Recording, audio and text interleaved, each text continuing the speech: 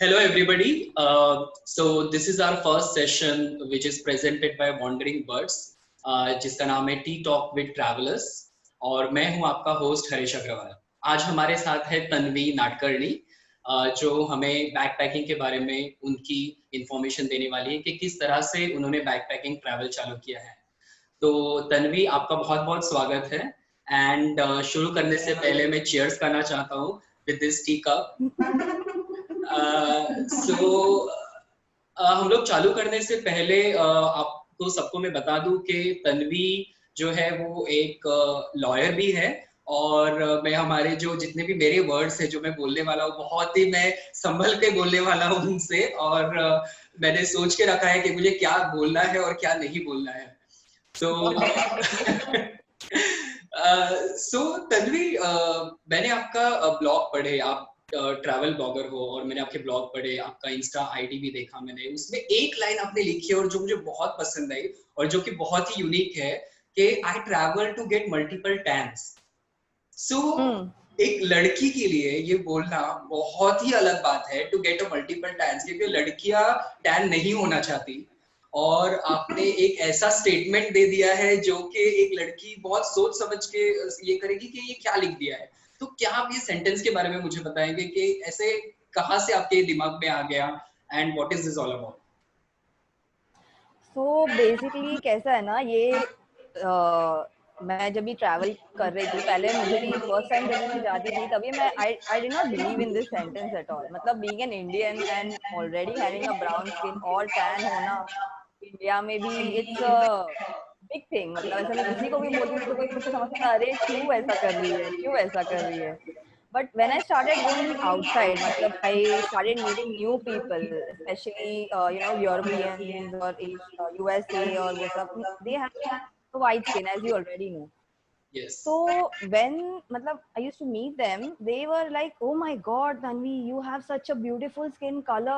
We want a skin color like you. मतलब हमको तुम्हारे जैसा skin color चाहिए और इसीलिए हम सन बात करते हैं, हम बीच पे जाके जाते हैं, सनस्क्रीन भी लगाते हैं, ये सब करते हैं और तुम्हारे पास ऑलरेडी वो स्किन कलर है।" तो द फर्स्ट टाइम जब मैंने ये सुना, I was completely shocked. I mean we as Indians, हम लोगों को फेयर होना होता है थोड़ा, मतलब टैन्स और ये सब इतना पसंद नहीं होता बेसिकली, और सन बात और इंडिया में तो बिल्कुल नहीं होता है, और वहां पे इट इज एग्जैक्टली ऑपोजिट।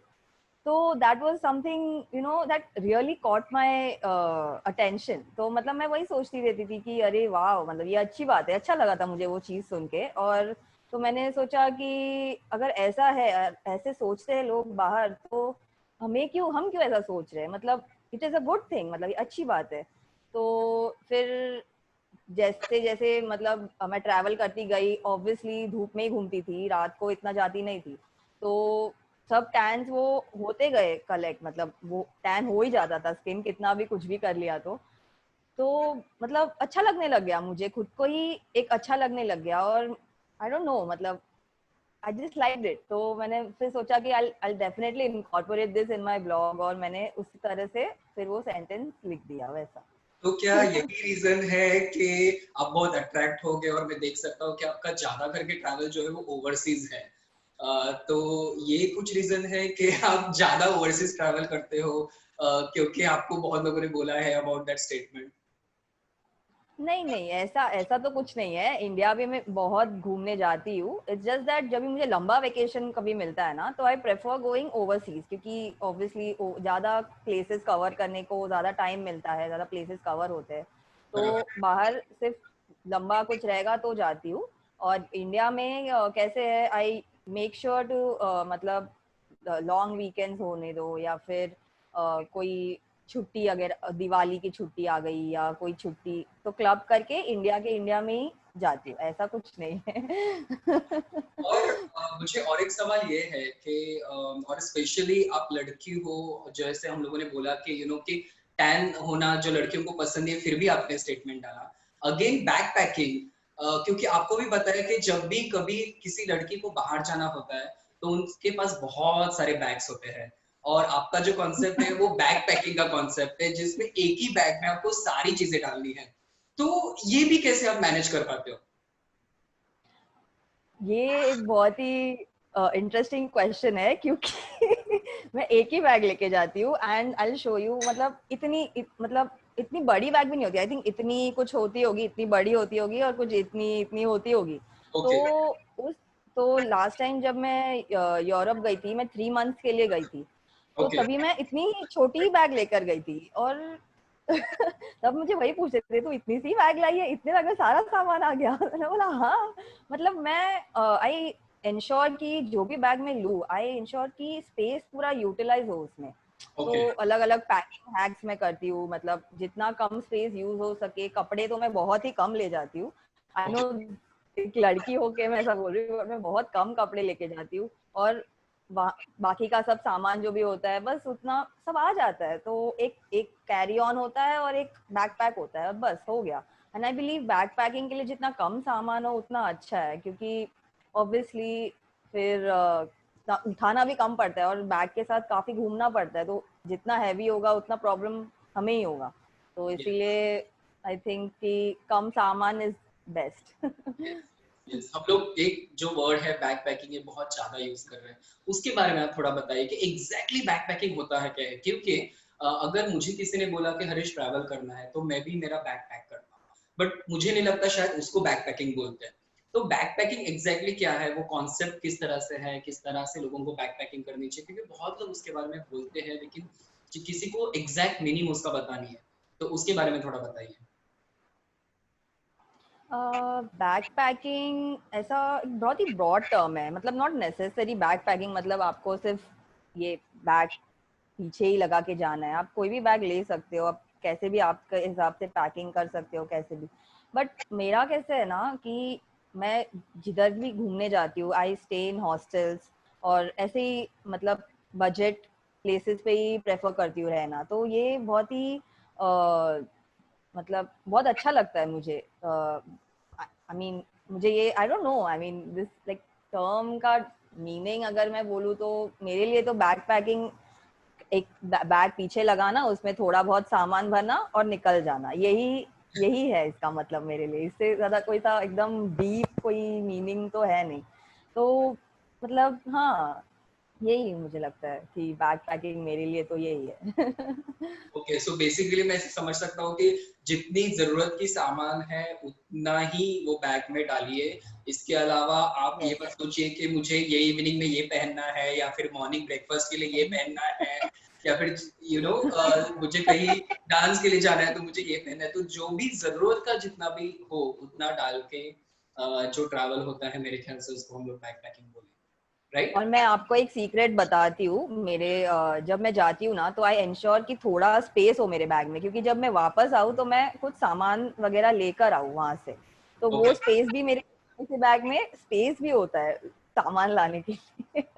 तो मुझे वो भी पूछना था क्योंकि जब आप फॉर एग्जांपल जैसे आपने बोला कि मैं यूरोप गई थी फॉर 3 मंथ्स, तो हम्म लोगों की बहुत सारी हम्म लंबी चौड़ी लिस्ट भी होगी कि मुझे ये लेके आइए वो लेके आइए, तो वो भी आपको एक बैग में आप कैसे लेगा आ पाए? वैसा ऐसा तो कोई लिस्ट मुझे कभी कोई देता नहीं है। तो बट मैं जब भी आती हूँ तो मैं लेके आती हूँ, मतलब छोटे छोटे सोविनियर्स जैसे कि की चेन या मैग्नेट, और मोस्टली वही सब चीजें लेके आती हूँ। तो वो इतना स्पेस तो लेता नहीं है, तो आ जाता है बैग में, कुछ इशू नहीं है उसका। That's really nice, interesting. हाँ मैंने हाँ। देखा है कि आप ट्रैवल ब्लॉगर भी होते होंगे, तो हम्म आप ब्लॉग्स लिखते हो ट्रैवल के बारे में, तो ऐसा है कि हम्म जब कोई ट्रैवल करता है कोई भी डेस्टिनेशन में और जब वो कोई भी फॉर एग्जांपल कोई भी हम लोग डेस्टिनेशन पकड़ लीजिए और वहां पे अगर उसको ट्रैवल करना है तो वो सिर्फ वहां पे घूम के वापस रिटर्न आ जाता है, लेकिन आप वहां पे करेक्ट। घूमते हो प्लस उसके बारे में लिखते भी हो। तो ये लिखने का जो हम्म शौक है या फिर लिखने का हम लोगों को मुझे अभी लिखना चाहिए, ये कब से चालू किया आपने और ये कैसे कंसेप्ट आपके दिमाग में आया? एक्चुअली मैं प्रोफेशनली तो बिल्कुल भी राइटर तो थी नहीं। पहले तो आई वाज मतलब सिर्फ लॉयर ही थी और मैं उसका ही पढ़ाई कर रही थी, और पहले से ऐसे कुछ आइडिया भी था नहीं कि मैं लिखूंगी या कुछ करूंगी ऐसा। तो पर एक दिन मतलब आई थॉट कि मेरे को ट्राई करना चाहिए, क्योंकि मेरे लैंग्वेजेस काफी अच्छे हैं। जैसे आपको पता होगा मैंने स्पेनिश और जर्मन भी पढ़ा हुआ है और मुझे लैंग्वेजेस में बहुत इंटरेस्ट है। तो मैंने सोचा कि जो मैं जा रही हूँ, जो भी एक्सपीरियंसेस मैं ऑन द रोड कलेक्ट कर रही हूँ, वो मुझे कहीं तो लिखना चाहिए, यू नो, क्योंकि बहुत लोग मुझे क्वेश्चंस पूछने लग गए थे, अरे तन्वी मुझे यहाँ जाना है, कुछ मुझे इस जगह के बारे में बताओ, या वहाँ जाना है। तो बेसिकली इतना सारा चीजें मुझे बोलते रहते थे कि मैंने सोचा कि अगर मैं एक ब्लॉग में सब लिख दूँ, तो जिसे भी जो भी क्वेश्चंस है तो वो वहीं से चाहिए। और बेसिकली कैसे है कि ब्लॉग का कैसे है कि you can read it 10 times, मतलब आज तुमने पढ़ा, हो सकता है कि 3-4 दिन बाद अगर तुम्हें कुछ वापस और वापस रीड करना हो या किसी को बताना हो तो वो भी तुम बता सकते हो। तो वो एक मुझे बहुत ही अच्छा लगा, तो मैंने सोचा कि चालू करते लिखना। तो पहले मैंने जब भी स्टार्ट किया था तो बहुत ही मतलब मुझे खुद ही अच्छा नहीं लगता था कि मैं किस तरह से लिख रही हूँ, मतलब मैं प्रोफेशनल तो थी नहीं।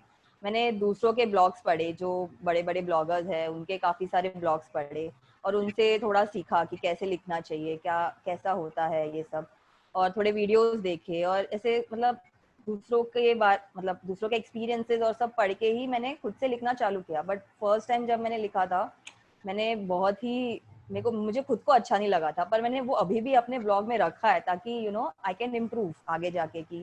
And Yes. सिंस 3 इयर्स में लिख रही हूँ, सो ओवर द टाइम धीरे धीरे वो डेवलप होते गया और अभी काफी काफी हद तक अच्छा है, आई बिलीव।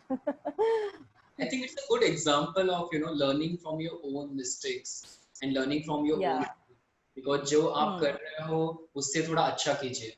तो this is hmm good learning जो लोग आपसे सीख सकते हैं।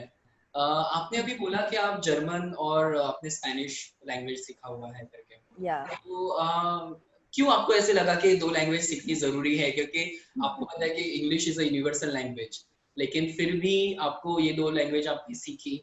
तो ऐसा कुछ हुआ कि आप कोई एक जगह पे गए और जहाँ पे आपको लगा कि इंग्लिश यहाँ पे नहीं है, मुझे जर्मन या फिर स्पेनिश या कोई कोई कंट्री की लैंग्वेज सीखनी चाहिए, ये रीजन था सीखने का? या फिर आपको जस्ट एक हॉबी है, सीखना है इसीलिए आपने सीखा? एक्चुअली कैसा था ना कि जब भी मैं कॉलेज में थी तो मेरा सेकेंड लैंग्वेज जर्मन था। तो मैंने सोचा था कि कोई नया लैंग्वेज लेते हैं, कुछ तो अलग सीखते हैं, बेसिक तो एटलीस्ट आना चाहिए, जर्मन ट्राई करते हैं, उसमें क्या हुआ।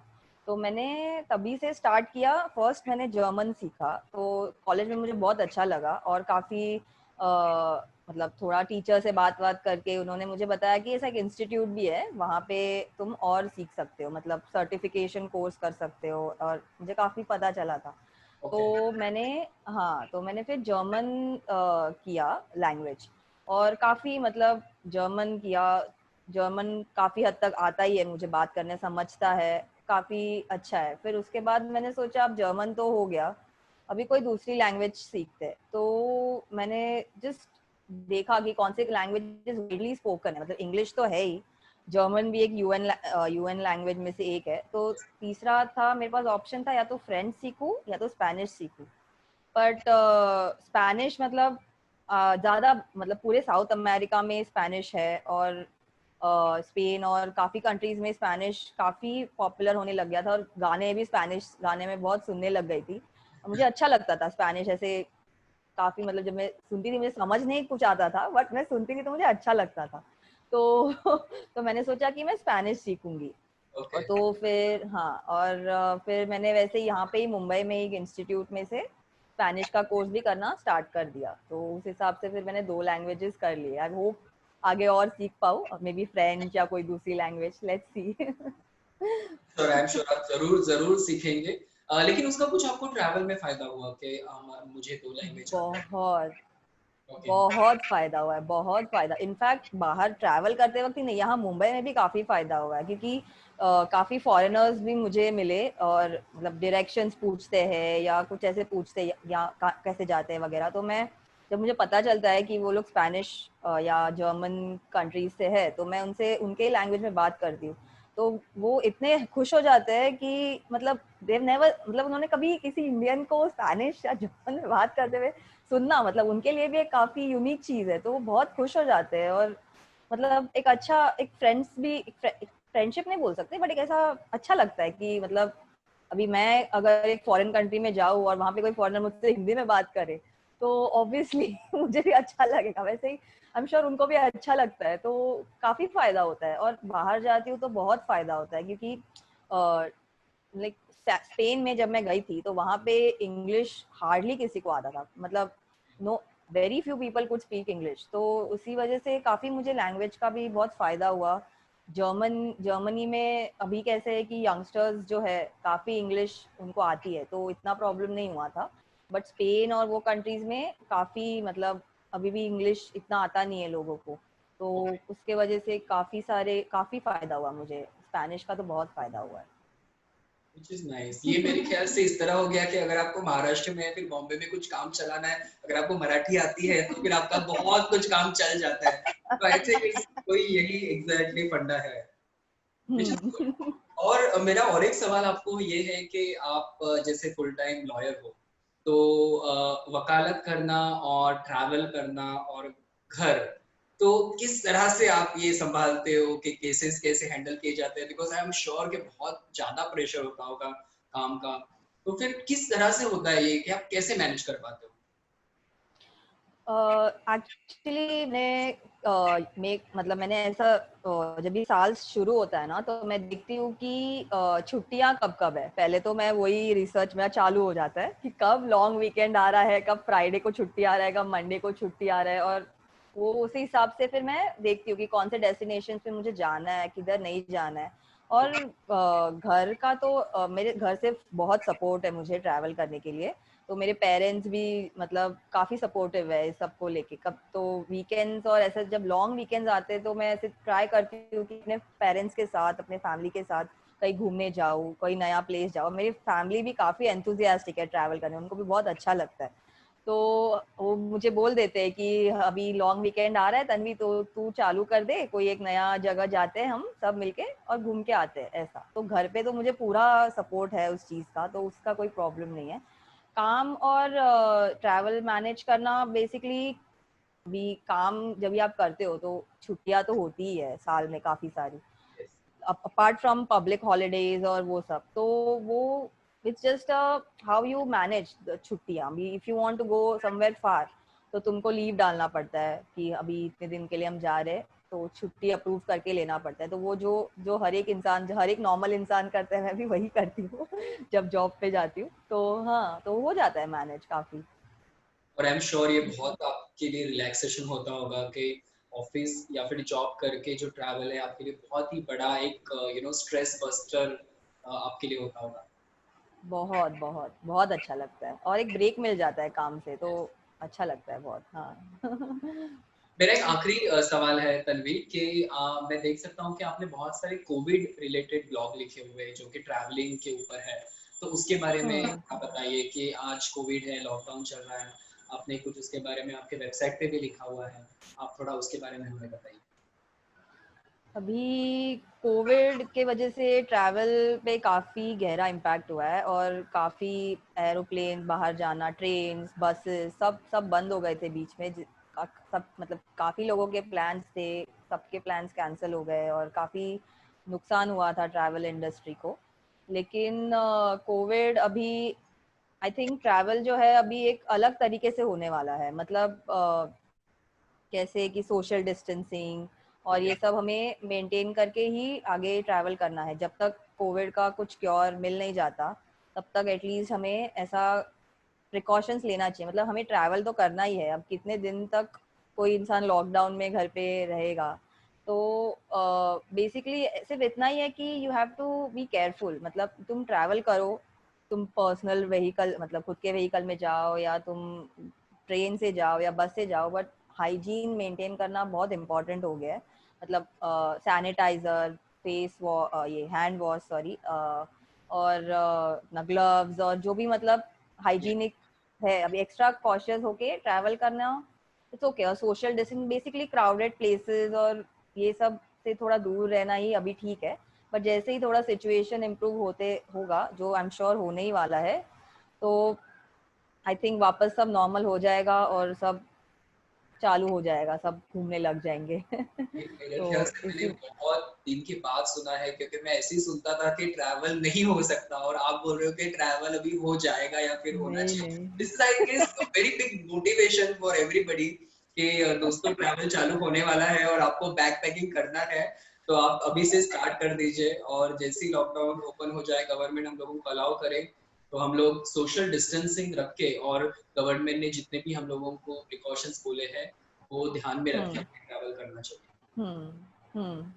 Correct. So this is a very very good motivation line for all the travelers, those who want to travel.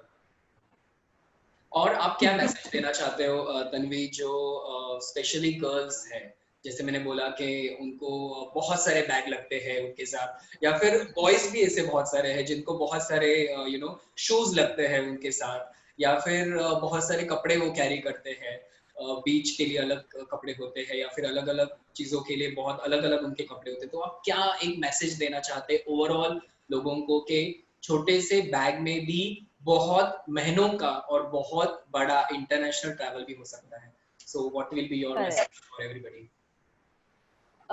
मेरा कैसे है ना कि मतलब किसी को फैशन करना इम्पोर्टेंट है ट्रैवल करते वक्त, तो उनको कोई यूनिक आइडियाज सोचने चाहिए। काफी फैशन हैक्स भी आजकल है जो मतलब कर सकते हैं, और एक आउटफिट को काफी अलग अलग तरीके से पहन सकते हैं, और ऐसा काफी मैंने देखा हुआ है। तो अगर किसी को फैशन बहुत ही इम्पोर्टेंट है तो वो इस फैशन हैक्स को फॉलो करके अपने आउटफिट को अलग अलग तरीके से पहन के फोटोज ले सकते हैं तो किसी को पता नहीं चलेगा कि आपने सेम कपड़े पहने हैं। तो ये एक अच्छा आइडिया मुझे लगता है। और मुझे ऐसा लगता है कि कम सामान हो तो कैरी करना भी अच्छा पड़ता है, थोड़ा लाइट वेट हो जाता है, और कहीं भी आप मतलब वो बैग को, छोटी बैग हो तो कहीं भी आ जाती है, कहीं पे भी आप रख सकते हो, घुसा सकते हो, कुछ ऐसा प्रॉब्लम नहीं होता। तो आई थिंक हाँ, ये काफी एक अच्छी चीज है। और ट्रैवल करना और सामान कम और टॉयलेटरीज और बाकी सब चीजें तो पूरी दुनिया में मिलती है, तो उसका तो कुछ इशू है ही नहीं। तो हर जगह अब मिलने लग गई है, तो वो अगर नहीं भी कैरी किया, वहां जाके खरीद लिया, दैट इज ऑल्सो ओके। सो काफी स्पेस बच जाता है, थोड़ा स्पेस बचा के रखना भी चाहिए, बिकॉज यू नेवर नो कौन सी चीज आपको किधर अच्छी लगे, कुछ खरीदनी हो खुद के लिए, तो उसके लिए भी थोड़ा स्पेस रखना थोड़ा जरूरी हो जाता है, ऐसा मुझे लगता है। Good, thank you so much Tanvi, आपसे बात करके बहुत अच्छा लगा हमें, एंड आई एम श्योर जो हम लोगों को देख रहे हैं उनको सबको भी बहुत अच्छा लगा। और हम वापस मिलेंगे आपके साथ कोई और एक ट्रैवल डेस्टिनेशन लेके, और जल्दी से जल्दी मिलेंगे। तो थैंक यू, आपसे भी मिलके बहुत अच्छा लगा। Thank you so much for having me first of all. और आई एम श्योर कि आई होप अभी आपका वीडियो देख के सब थोड़ा इंस्पायर हो, थोड़ा ट्रैवल करे, बैक पैकिंग करे, फैशन हैक्स करे और काफी घूमे। और Thanks, Tanvi. So thank you so much, guys. This was Tanvi Nadkarni. आपने देखा होगा कि किस तरह से उन्होंने हमें मोटिवेट किया हुआ है ट्रैवल करने के लिए, और एक छोटे से बैग में भी आप बहुत बड़ा ट्रैवल कर सकते हैं। और आपको अगर कुछ भी इंफॉर्मेशन चाहिए तन्वी नाडकर्णी के बारे में या फिर बैकपैकिंग के बारे में, आप वॉन्डरिंग बर्ड्स को लिख सकते हैं। वॉन्डरिंग बर्ड्स के सारे डिटेल्स हम लोगों ने नीचे डिस्क्रिप्शन में लिखे हुए हैं, आप उनको कभी भी कॉल करके कुछ भी मैसेजेस पूछ सकते हैं। Thank you so much, and please watch us for our new upcoming episodes. Thank you.